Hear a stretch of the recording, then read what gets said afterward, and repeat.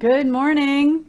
So glad you're all here today. We begin our time together in song with The Morning Has Come by Jason Shelton, inspired by an experience at the watching the sunrise at the top of Little Scaly Mountain in North Carolina. Please make sure your microphone is muted and sing as energetically as you like to welcome this beautiful new day. What a gift.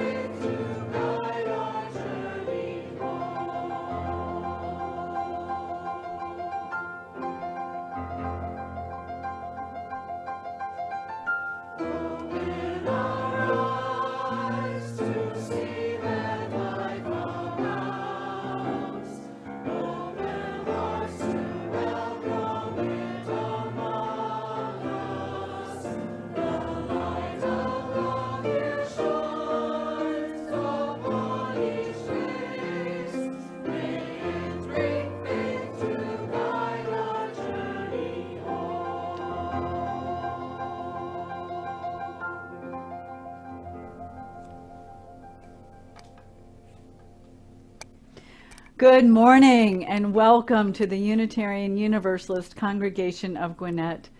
My name is Jan Taddeo. My pronouns are she, her, and hers. It is my great privilege and joy to serve our faith as the minister of this congregation. It is so good to be together with each and all of you in whatever way possible on these Sunday mornings. So glad you are here.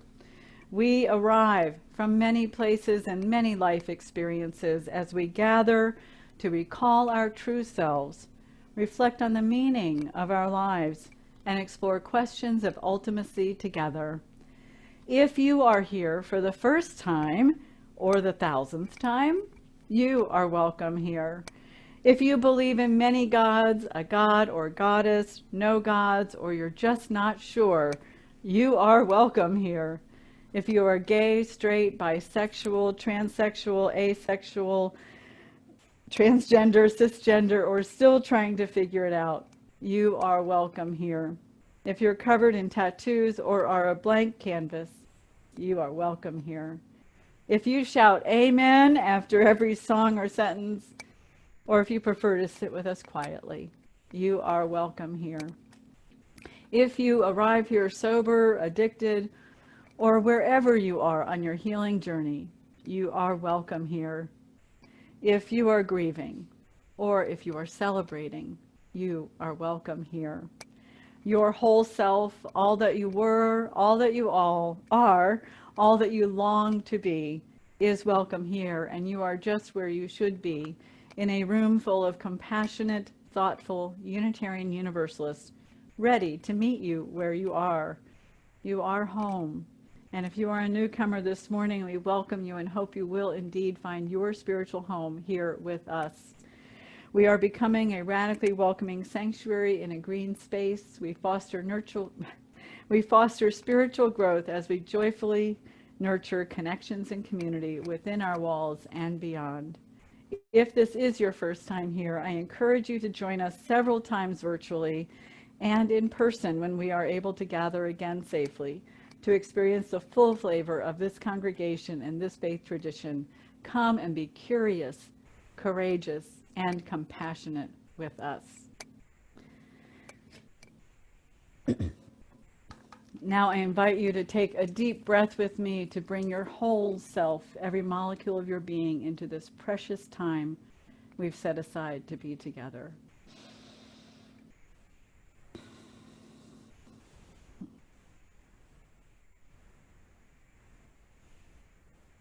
As sound vibrates through us and around us, may we be reminded how deeply, profoundly, inextricably interconnected we are with all beings, with all life, with all the stars in the cosmos.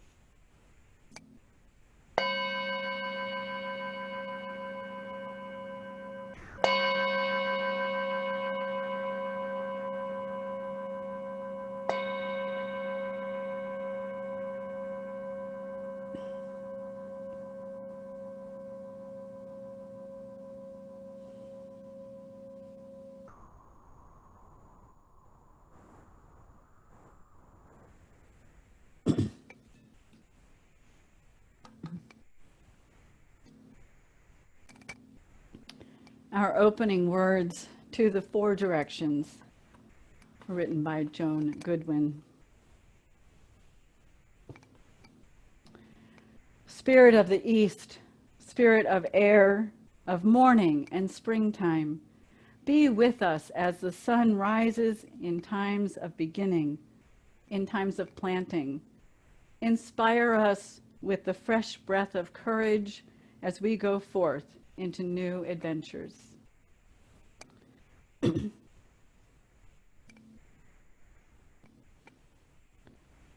Spirit of the South, spirit of fire, of noontime and summer, be with us through the heat of the day and help us to be ever growing. Warm us with strength and energy for the work that awaits us.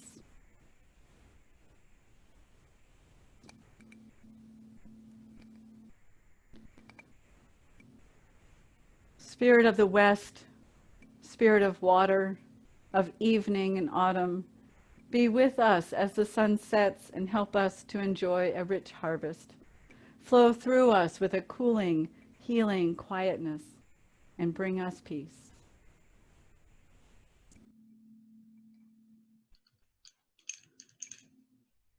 Spirit of the North, spirit of earth, of nighttime and winter, be with us in the darkness, in the time of gestation. Ground us in the wisdom of the changing seasons as we celebrate the spiraling journey of our lives.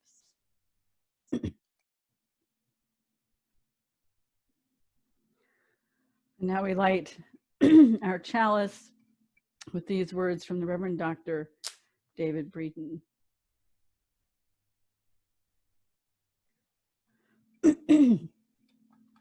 And you might want to get your own chalice out from home and light it too for the service. David Breeden's words. Our light is the light of the sun, keeper of all we love. Our light is the light of the earth, provider of sustenance. Our light is the light of all living things, like life precious like our own. Our light is the light in each of us, bound together in need and hope. Our light is the light of the cosmos, keeper of all we know. And now it is time for our wonder box. Being curious people, we wonder what's in the wonder box.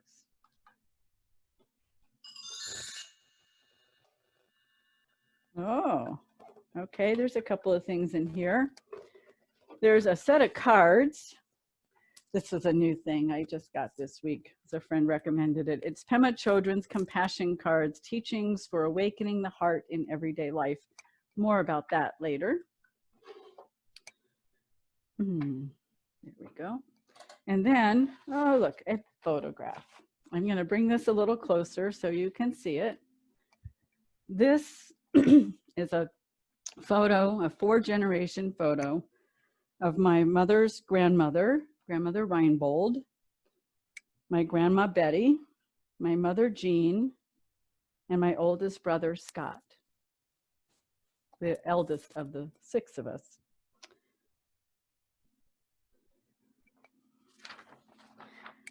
I saw I came across a story by Victoria Safford, and it made me think of this photo.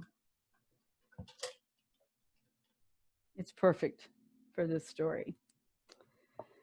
These are Victoria Safford's words. One afternoon, some time ago, I brought my little baby out to visit a very, very old neighbor who was dying that year, quietly and gracefully in her gracious home. We were having a little birthday party for her with sherry and cake and a few friends gathered round her bed. To free a hand to cut the cake, I put my baby down right on the bed, right up on the pillow, and there was a sudden hush in the room, for we were caught off guard, beholding. It was a startling sight. There in the late afternoon light were two people, side by side, two human merely beings. Neither one could walk, neither one could speak, not in a language you could understand. Both utterly dependent on the rest of us bustling around, masquerading as immortals. There they were, a plump one, apple-cheeked, a cherry tomato of a babe, smiling, and a silver thin one, hollow-eyed, translucent, shining, smiling. We revelers were hushed because we clearly saw that these were dancers on the very edge of things. These two were closer to the threshold, the edge of the great mystery, than any of us had been for a long time, or would be for a while. Living, breathing, smiling they were, but each with one foot and who knows how much consciousness firmly planted on the other side, whatever that is, wherever that is, the starry darkness from whence we come and whither we will go in time. Fresh from birth, nigh unto death, bright-eyed, they were bookends there, mirrors of each other, radiant. Cake in hand, and napkins, knife, glasses, and a crystal carafe a century old, we paused there on the thresholds of our own momentary lives. Then, "What shall we sing?" said someone to the silence, to the sunlight on the covers, to the stars. It was only a question, then as now, years later. What on earth shall we sing?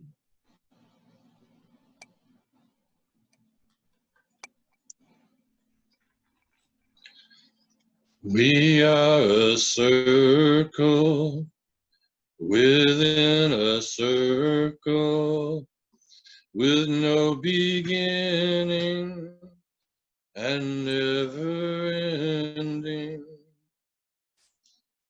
This is a pagan musical chant that I learned decades ago. Its words suggest that there are few, if any, discrete endings or beginnings. We are, after all, part of a billions of year-old interdependent web of existence that simultaneously creates, destroys, and remakes everything. So I could say that my UUCG experience had beginnings in me as a small child, being in a church building, first in a nursery, later in Sunday school, and finally in the pews where much of my consciousness was formed. So, when I have been seated in our sanctuary, I feel that primal connection to where I began going within to consider the primal questions of life, death, fear, pain, pleasure, forgiveness, healing, and joy. Later, beginning in seminary, but continuing through the rest of my life, I found and was shown ways of intentionally altering my states of feeling and consciousness. This happened through intentional breathing, trancy music, dancing, drumming, using plant medicines, and other ecstatic body practices. I discovered helping spirits, deities, demons, magic, heaven and hell. Most importantly, I experienced love as the beating heart of all creation, a circle which has no beginning and is never ending. At UUCG, I found a place and community in which I continue to discover again and again the spirit, which is the breath of life, as well as the curiosity, courage, and compassion that is carried out and into the wider world. Our Sunday services, cups meetings, druid rituals, faith development, discussions after our services and rituals, covenant groups, and yes, even the committee meetings gave me a loom that a fundamental part of my life was spun upon. Then came COVID-19, and the world I knew seemed to end. I've had a hard time with this change in many ways, missing the hugs, the live music, the river of faces, the sensing of the breath and heartbeats of others. I recently became very despondent and even felt hopeless about what has felt like this ending of things that fed and nurtured me, that excited me, and it motivated me. I even despaired of losing parts of myself and of my relationship with my daughter and other loved ones, and watching my country failing its residents and being a threat to our planet and its creatures. All this seemed to be ending my world, and not in a good way.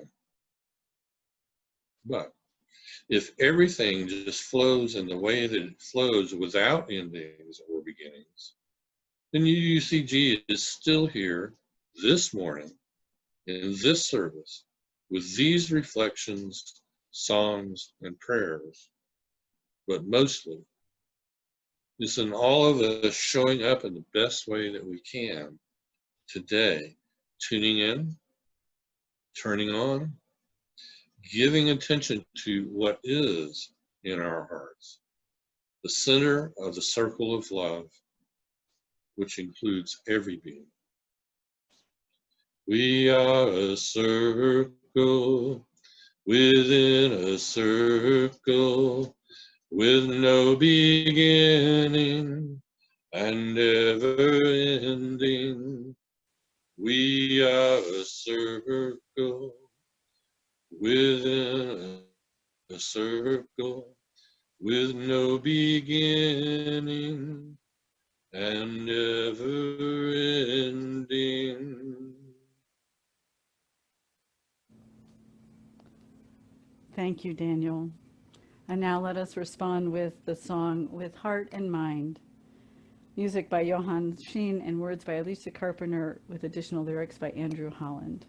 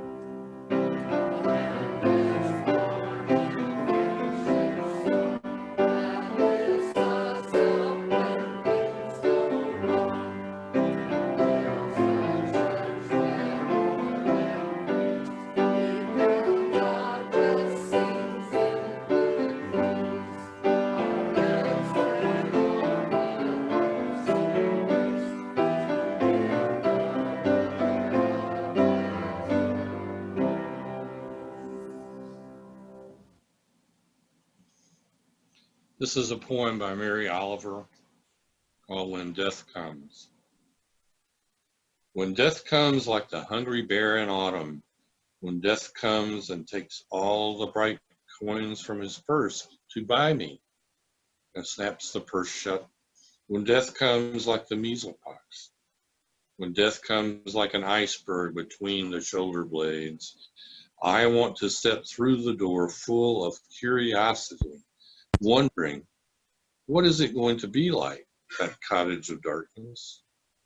And therefore, I look upon everything as a brotherhood and a sisterhood, and I look upon time as no more than an idea, and I consider eternity as another possibility.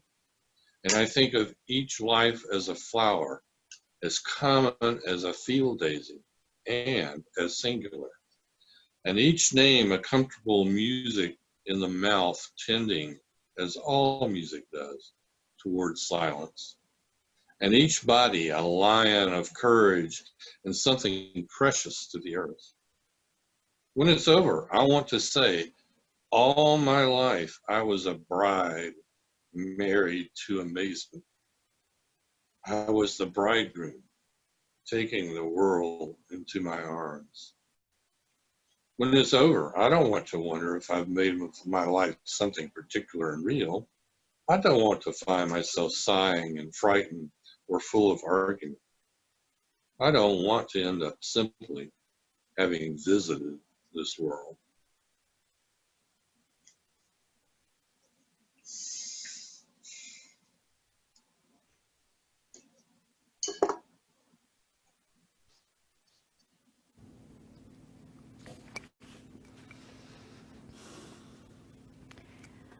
I am not sure about the first time, when was the first time that I heard Mary Oliver's poem, When Death Comes. It was in the same time period that I first heard her poem, Wild Geese, which is also an iconic poem that many people know. It was probably about 25 years ago or so. It could have been a memorial service. Both of these poems are often used in memorial services, especially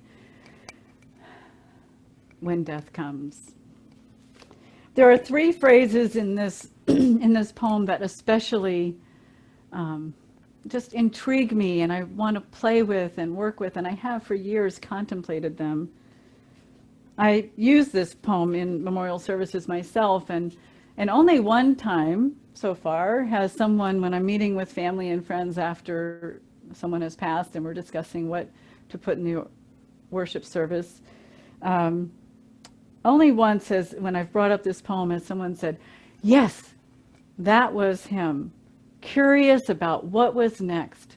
He was so curious about what happens after we die, seeing it as a mystery, a great mystery.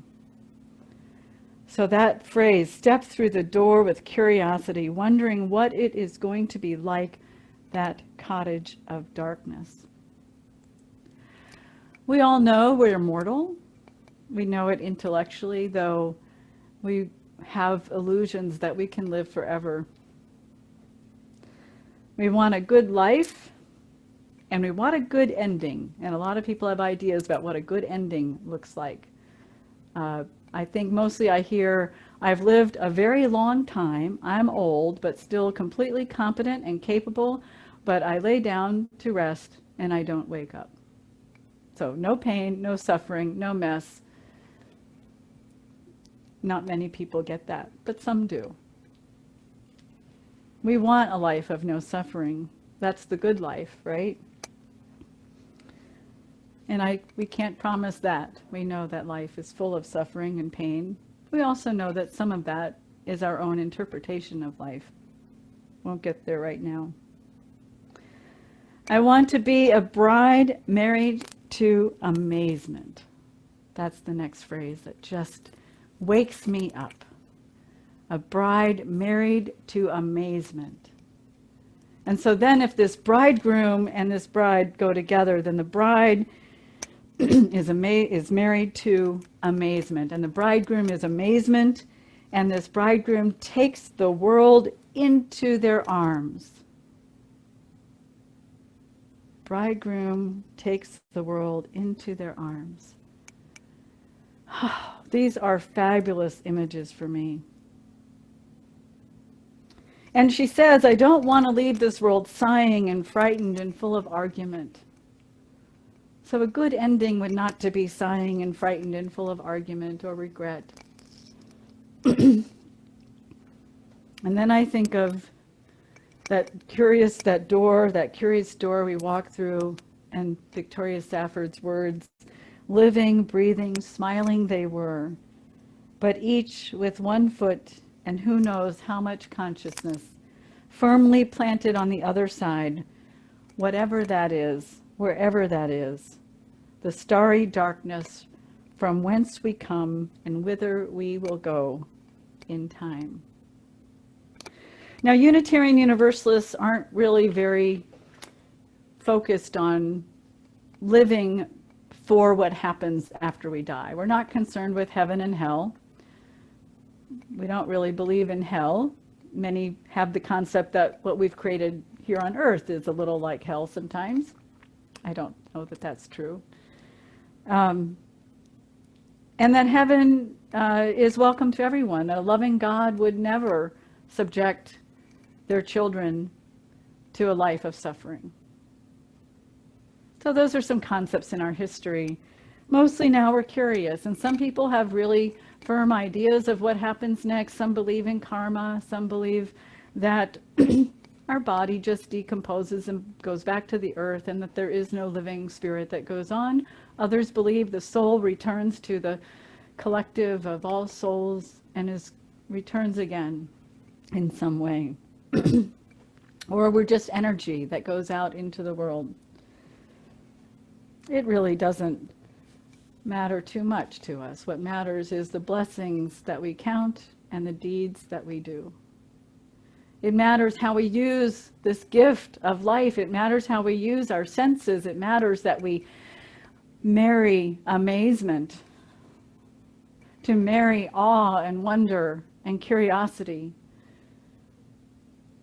and to have the courage to take the world into our arms. Well, I mentioned Pema Chodron's compassion cards, and of course as soon as they came in the mail, I had to rip them open and go through all 59 cards to see what was there. And there were some that really were poignant for this service, so I picked out a few, and I want to share them with you. First, train in the preliminaries. And the preliminaries are known as the 4 reminders. Maintain an awareness of the preciousness of human life, and I would add all life, but the preciousness of human life.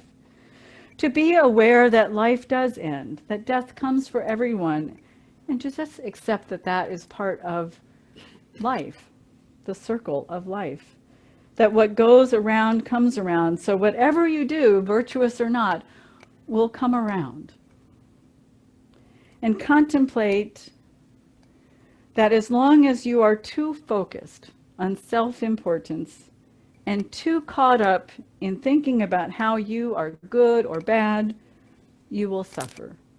Obsessing about getting what you want and avoiding what you don't want does not result in happiness. Which brings us to the next one, abandon any hope of fruition.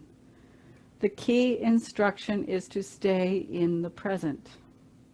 Don't get caught up in hopes of what you'll achieve and how good your situation will be someday in the future. What you do, what I do, matters right now in this moment. Choose right action. All activities should be done with one intention. Whatever you are doing, take the attitude of wanting it directly or indirectly to benefit others. Take the attitude of wanting it to increase your experience of kinship with your fellow beings. And lastly, don't be frivolous. Don't waste your precious time. You never know how long you have. Make that call, write that letter, send that card, smell that flower, take the world in your arms. Know that life is good. Watch all that is beautiful and amazing and soak it up. Don't be frivolous. I'm reminded of, I think the name of the movie is Pan, one with Robin Williams.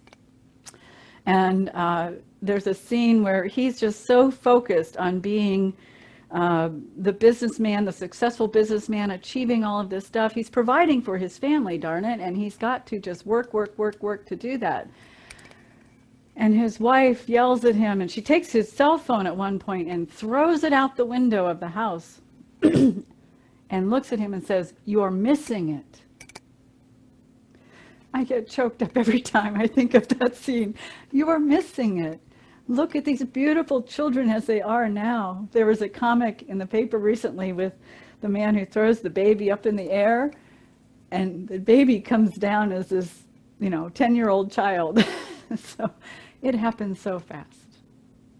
The flowers are already fading in my yard. I'm starting to look ahead at how will I provide beautiful flowers and nature in our space every Sunday morning, because they are so impermanent and every moment is so precious. So lift up this present moment. Look at what is good. Find it, seek it. Look for what you can be grateful for. What is the blessing? Most people, when they die, want to be remembered well. I am fortunate that I've not yet been asked to do a memorial service for somebody who wasn't remembered well. I imagine that will come at some point.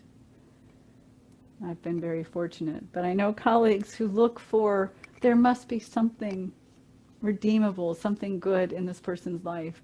And they find it, because it's always there somewhere. But be that person who finds it for yourself and lifts that up and lives into that.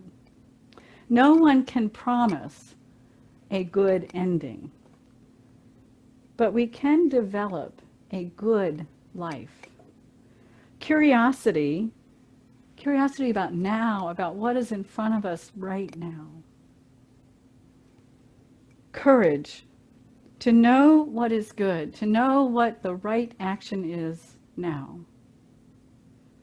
Not because you hope to achieve some great accomplishment, but because it serves life, because it serves goodness. In compassion, let each of our acts be something that increases kinship and connection with our fellow human beings. To have a good life, be a bride to amazement, and take the world fully into your arms.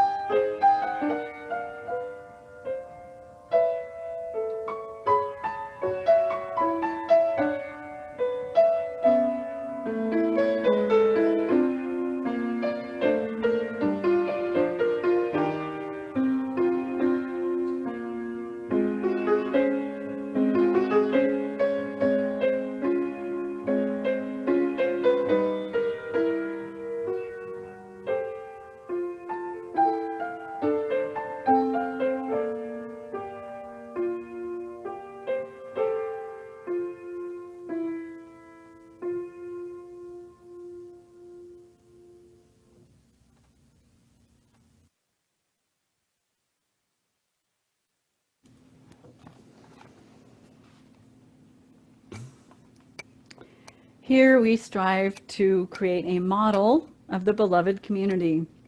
We do this in part through the care and support of one another. We each arrive here holding joys and sorrows, triumphs and disappointments. We set aside time in this communal space to honor that which we each carry on our hearts, to celebrate together and to grieve together. If you would like your joy or sorrow shared aloud in the service, please share it in the chat space on Zoom and our pastoral care associate, Mandy Miller, will read them aloud as I light a candle of compassion to lift your joy or sorrow into the collective consciousness. I invite us first to enter into a time of silent reflection as we create a container of compassion to hold our joys and our sorrows.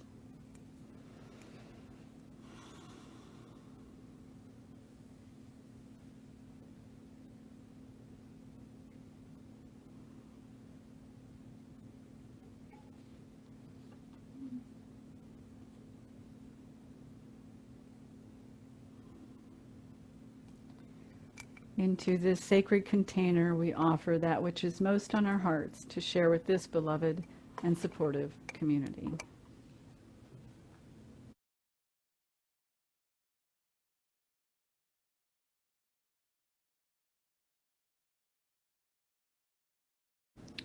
And we light one more candle for those joys and those sorrows that are held in the sanctuary of the heart.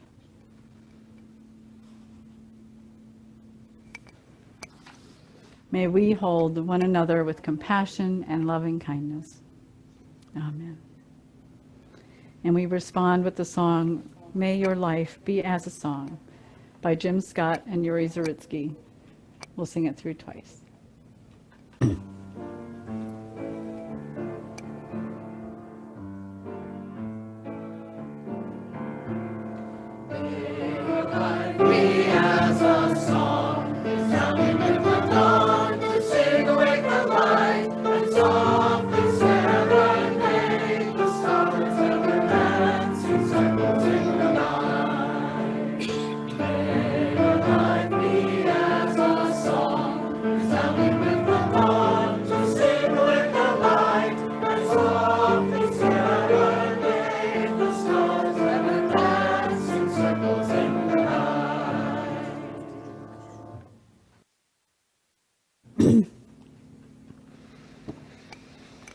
Our congregation is committed to creating a more compassionate world. To this end, each quarter we split our plate collection with an organization selected by our Give Away the Plate committee. Our third quarter plate recipient is El Refugio, located in Lumpkin, Georgia. El Refugio provides the Ministry of Hospitality and Visitation, serving immigrants at Stewart Detention Center and their loved ones. Many in our congregation have taken part in this important ministry by visiting prisoners at Stewart Detention Center, assisting at the hospitality house, donating much needed supplies for the house and for the immigrants who are deported or released. Our plate contributions also support the shared ministry of this congregation, so I ask that you please give generously to support the work of this important ministry in our wider community, as well as the vision and mission of our congregation. As we listen to a recording of Brian Bishop playing Space Flight by Catherine Rollin, you will see on the screen ways to contribute to our offering via PayPal, Venmo, or by mailing a check payable to UUCG to the address shown. If you are worshiping with us for the first time, your presence here today is a great and generous gift for this congregation, and you may choose to let the plate pass. Their offering will now be gratefully received.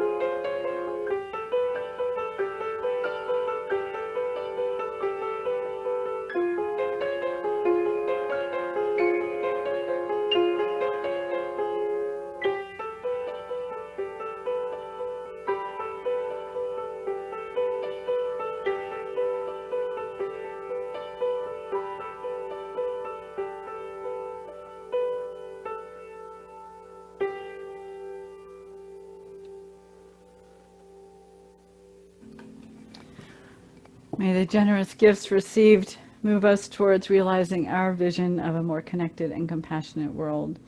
Also offer my gratitude to Daniel Bailey and Mandy Miller for their contributions in offering this service, and grateful as ever to Christiana for managing the Zoom room and Russ Taddeo for running sound and video. Now is the time for our call to connection. Please seek ways to connect with one another between Sundays. If you are new to our congregation, you can text welcoming, that word welcoming, to the number on the screen, and you will receive a few texts and emails about our congregation and ways to connect. It will end, it will not last forever, so I encourage you to sign up.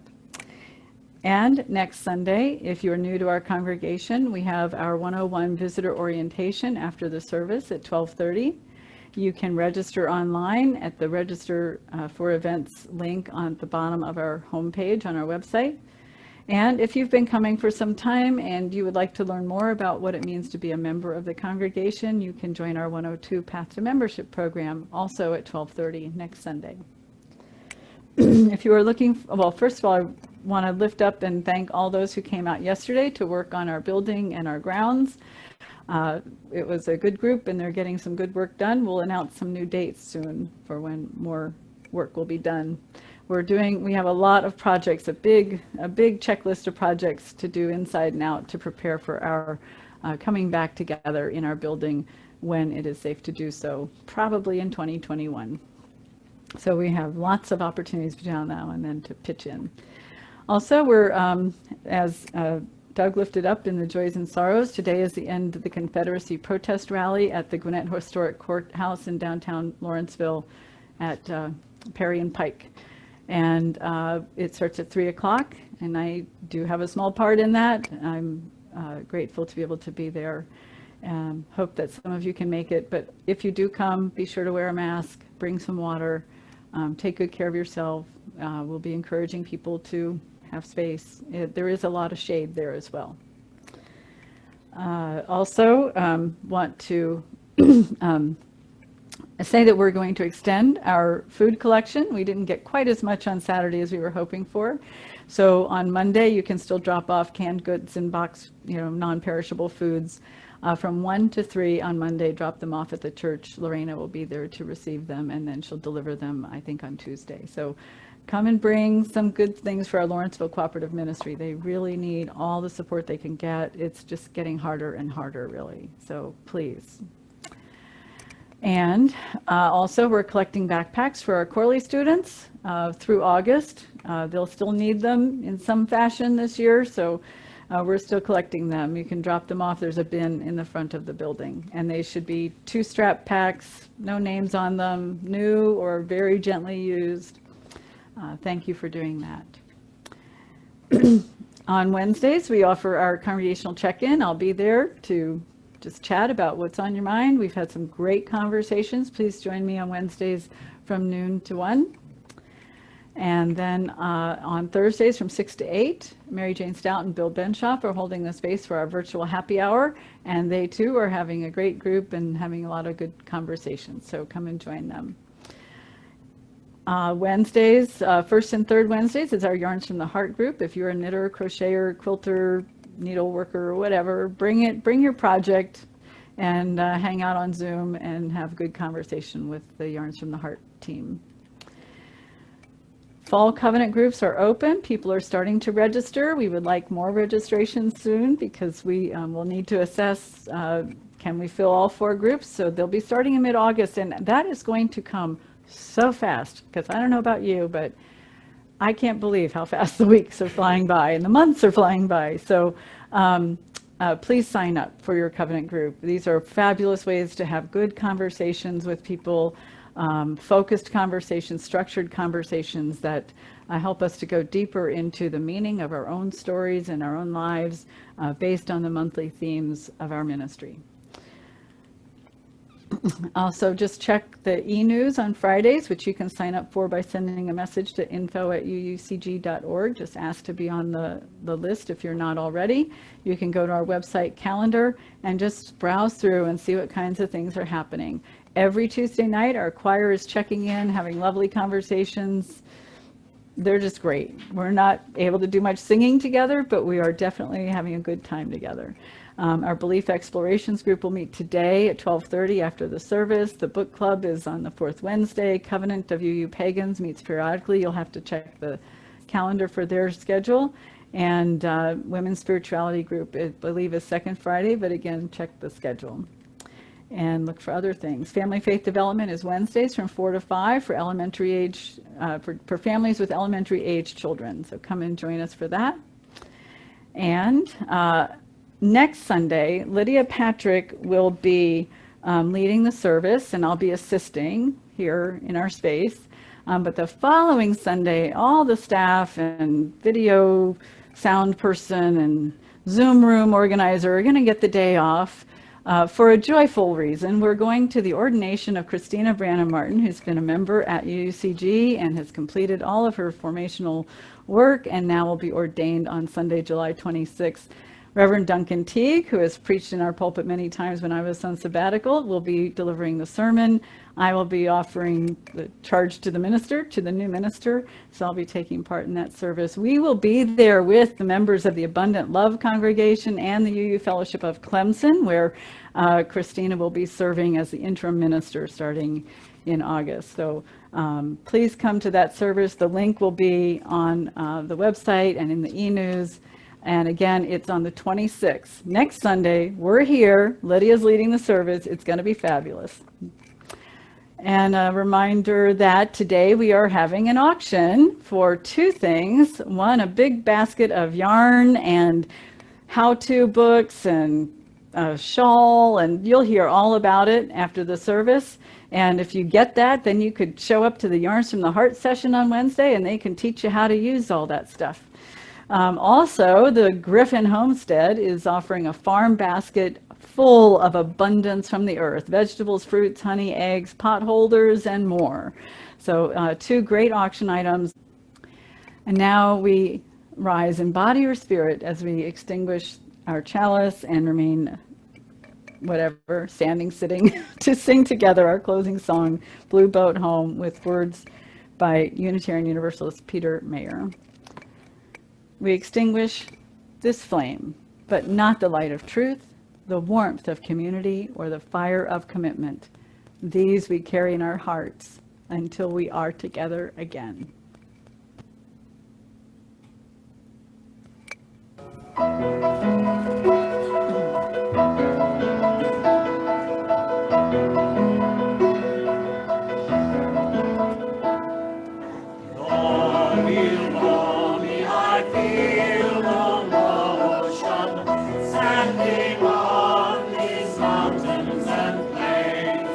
Far away from the roaring